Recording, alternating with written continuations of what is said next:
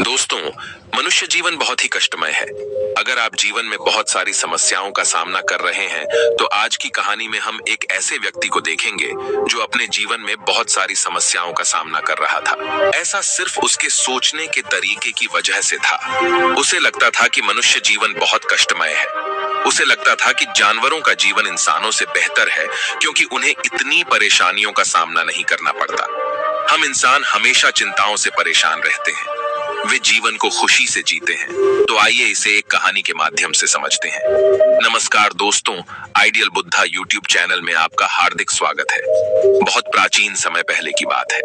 एक गरीब ब्राह्मण था। वह रोजाना दिन भर गांव-गांव घूमता रहता और जो कुछ भी भिक्षाटन करता, उसी से उसका और उसके परिवार का गुजारा होता था। परिवार में पति, पत्नी और बेटा ही थे, लेकिन कभी उसे भिक्षा मिल भी जाती और कभी नहीं भी मिलती।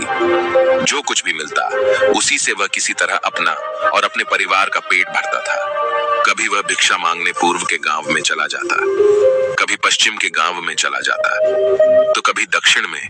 यही उसका काम था। बेटा अब बड़ा हो रहा था, उसकी शिक्षा शुरू होनी थी। उससे पहले यज्ञ पवित्र करना जरूरी था, लेकिन यज्ञोपवीत के खर्च की व्यवस्था कैसे होगी और 7 ब्राह्मणों के भोजन का प्रबंध कैसे होगा? जब ब्राह्मण सुबह की पूजा अर्चना करने के बाद भिक्षा के लिए घर से निकलता, तो उनकी पत्नी उन्हें प्रतिदिन बच्चे के यज्ञ की याद दिलाती। एक दिन ब्राह्मण ने उसकी पत्नी से कहा, ऐसे नहीं चलेगा, मुझे इंतजाम के लिए नगर की ओर जाना पड़ेगा। अगले ही दिन उसकी पत्नी ने उसे भिक्षा पात्र बांधा और विदा किया। वह ब्राह्मण बहुत साधारण व्यक्ति था। वह अनजान रास्ते पर चलते चलते थक गया था और शाम भी हो गई थी। उसने एक विशाल वृक्ष के नीचे चबूतरे पर अपना तौलिया बिछाया और आराम करने लगा। वह बहुत थका हुआ था, इसलिए लेटते ही उसे नींद आ गई। संयोगवश विधि और विधाता पक्षी के रूप में उसी रास्ते पर यात्रा कर रहे थे। वे थोड़ा आराम करने के इरादे से पेड़ पर बैठ गए। पेड़ के नीचे सोए हुए ब्राह्मण को देखकर विधि ने विधाता से कहा, देखो, ये बेचारा गांव-गांव भिक्षाटन के लिए घूमता रहता है, जिससे इसका पेट भी नहीं भरता। अब बेटे का उपनयन संस्कार सिर पर है, वह कैसे करेगा? क्या आपको उस पर दया नहीं आती? विधि की बातें सुनकर विधाता ने कहा, हे भाग्यवान, सभी को अपने कर्मों का फल भोगना ही पड़ता है। सुख दुख आते जाते रहते हैं, लेकिन अगर मुझे भी तुम्हारी तरह दया आने लगे, तो संसार से सारे दुख समाप्त हो जाएंगे। विधि ने कहा, कुछ भी हो, लेकिन आपको इस ब्राह्मण के लिए कोई उपाय तो निकालना ही होगा, अन्यथा मैं कहीं नहीं जाऊंगी। विधाता ने कहा, इसी को कहते हैं त्रियाहट। विधाता ने उन्हें एक झोला दिया और कहा, भाग्यवान लीजिए, यह झोला उसके सिरहाने के पास रख दो। इसमें मिठाई है और इससे उसका दुख दूर हो जाएगा। विधि ने झूला ब्राह्मण के सिरहाने रख दिया और वे दोनों उड़कर चले गए। जब ब्राह्मण उठा तो झूला देखकर हैरान रह गया। उसने थैले के अंदर हाथ डाला और बहुत खुश हुआ। झोले के अंदर तरह तरह की मिठाइयां थीं। ब्राह्मण बहुत भूखा था। उसने भरपेट खाना खाया, लेकिन झोला अभी भी भरा हुआ था। उसने सोचा कि जब यह जादुई झूला मिल ही गया है, तो शहर क्यों जाकर क्या करेंगे। वह वापस गांव की ओर लौट पड़ा। लौटते लौटते उसे शाम होने वाली थी। तभी ब्राह्मण को एक मिठाई की दुकान दिखाई दी। उसने सोचा कि आज रात वहीं रुक जाता हूँ। मिठाई वाला दुकानदार भी ब्राह्मण को जानता था। पहले भी वह भिक्षा के लिए उस दुकान पर आता था, लेकिन आज उसने भिक्षा नहीं मांगी। उसने बस रात बिताने के लिए रुकने की जगह मांगी। हलवाई ने हाँ कर दिया और ब्राह्मण वहीं रुक गया। ब्राह्मण आज बहुत खुश था। ब्राह्मण की खुशी देखकर हलवाई को हैरानी हुई कि आखिर क्या कारण है कि हमेशा उदास रहने वाला ब्राह्मण आज बहुत खुश दिख रहा है। वह खाना भी नहीं मांग रहा है। रात को जब ब्राह्मण गहरी नींद में डूबा हुआ था, तब हलवाई की नजर उसके झोले पर पड़ी।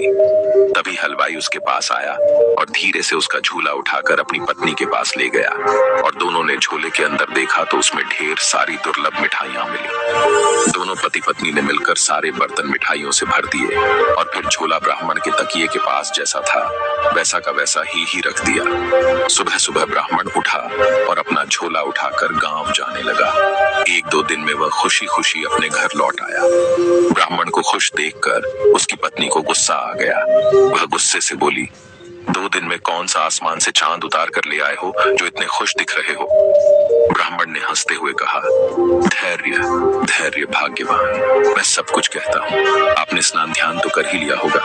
एक थाली लेकर मेरे करीब आइए। उसकी पत्नी कुछ समझी नहीं। वह थाली लेकर आई और ब्राह्मण ने थाली में झोला पलट दिया। उस झोले से तरह तरह की मिठाइयां निकली और मिठाइयों से थाली भर गई। उसकी पत्नी को आश्चर्य हुआ और ब्राह्मण ने अपने हाथों से अपनी पत्नी को मिठाई खिलाई और कहा, हे भाग्यवान, खाइए, जितना चाहो खाओ। ब्राह्मण ने अपनी पत्नी को सारी कहानी बताई। जिस ब्राह्मणी के घर में नमक नहीं था, उसे मिठाई खिलाकर खुश कर दिया। अब ब्राह्मण भीख मांगने भी नहीं जाता। वह अपने घर में संध्या गायत्री का जाप करता और दोनों खाते पीते और आराम करते। अब वे 5 भोग खाने लगे।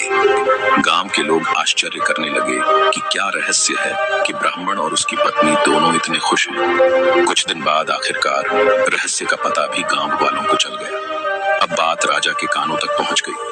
राजा निहायत ही लालची था। उसने ब्राह्मण को अपने महल में बुलाया। ब्राह्मण ने राजा को आदर पूर्वक प्रणाम किया और राजा ने ब्राह्मण को समझाया कि यदि झूला उसके घर पर रहा तो चोरी हो जाएगा। इसे मुझे दे दो, इसके बदले में मैं तुम्हें 30 स्वर्ण मुद्राएं दूंगा। ब्राह्मण ने कुछ देर सोचा और लाचार होकर झूला राजा को दे दिया। उसने उन पैसों से राजा के बेटे का उपनयन संस्कार किया। बचे हुए पैसे उसने दुकानदारों को दे दिए ताकि वे उसे समय पर राशन पानी देते रहे। कुछ दिनों के बाद राजा ने जो पैसे दिए थे वो खत्म हो गए। अब दुविधा ने उसे फिर से घेर लिया। अंत में ब्राह्मण ने निर्णय लिया कि वह फिर से गांव-गांव जाकर भीख मांगेगा। सुख के बाद आने वाले दुख अधिक कष्टकारी होते हैं और वह गांव की ओर भिक्षा मांगने के लिए निकल पड़ा। एक दिन ब्राह्मणी ने ब्राह्मण से कहा कि आपको एक बार फिर उसी रास्ते पर चलना चाहिए। शायद फिर से कोई चमत्कार हो जाए, शायद हमारे दिन फिर से समय अच्छा आ जाए। ब्राह्मण को भी ब्राह्मणी की बात पसंद आई और वह अगले दिन चल पड़ा। वह फिर उसी रास्ते पर चला और रात होते होते उसी पेड़ के पास पहुंच गया। रात को उसने पेड़ के नीचे एक तौलिया बिछाया और सो गया। विधि और विधाता पक्षी का रूप धारण कर उसी पेड़ पर बैठ गए। विधि ने विधाता को फटकारा और कहा, क्या हुआ विधाता? इस ब्राह्मण को जो झूला आपने दिया था उससे इसके जीवन का दुख स्थायी तौर पर कहाँ दूर हुआ? विधाता ने कहा, वो झूला तो राजा के पास चला गया। फिर उसने विधाता से कहा कि कोई उपाय बताओ। विधाता ने भी यही सोचा और एक बार फिर नया झूला ब्राह्मण के सिरहाने रख दिया और दोनों चले गए। सुबह सुबह जब ब्राह्मण की आंख खुली तो उसने देखा कि वैसा ही एक झोला उसके पास रखा था। ब्राह्मण ने नया झोला देखा। वह खुश हुआ और झूले को पलटकर अंदर देखा तो अचानक उसमें से हाथ पैर निकले और ब्राह्मण को पीटने लगे। ब्राह्मण जोर जोर से चीखने लगा। फिर किसी तरह उसने हाथ पैरों से झूले को सीधा किया। सीधा करते हुए हाथ पैर उस झोले में समा गए। ब्राह्मण ने झूले को बांधा और उसी मिठाई की दुकान पर ले गया जहां उसने पिछली बार रात बिताई थी।